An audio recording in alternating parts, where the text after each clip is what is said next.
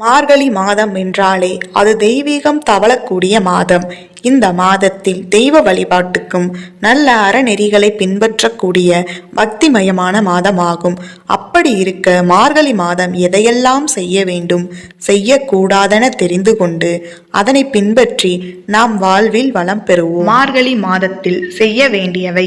மற்ற மாதங்களை காட்டிலும் மார்கழி மாதத்தில் ஆக்சிஜன் நிறைந்திருக்கும். இதனால் இந்த மாதத்தில் அதிகாலை எழுந்து திருப்பாவை திருவெம்பாவை பாடுவது அல்லது கேட்பது, பஜனை பாடுதல் புண்ணியமாகும். மார்கழியில் திருமண சுபகாரியம் நடத்தாவிட்டாலும் திருமணத்திற்கான வரன் பார்த்தல், ஜாதக பரிமாற்றம், கர்ப்பிணி பெண்களுக்கு சீமந்தம் செய்தல் போன்ற சுபகாரியங்கள் செய்யலாம். புதிய சொத்துக்கள் வாங்குதல், அதாவது நிலம், வீடு, மனை வாங்க முன்பணம் கொடுப்பது நல்ல விஷயம். அதிகாலை எழுந்து அரிசி மாவினால் கோலம் போட வேண்டும். மார்கழியில் செய்யக்கூடாதவை. மார்கழி மாதத்தில் விதை விதைத்தலும்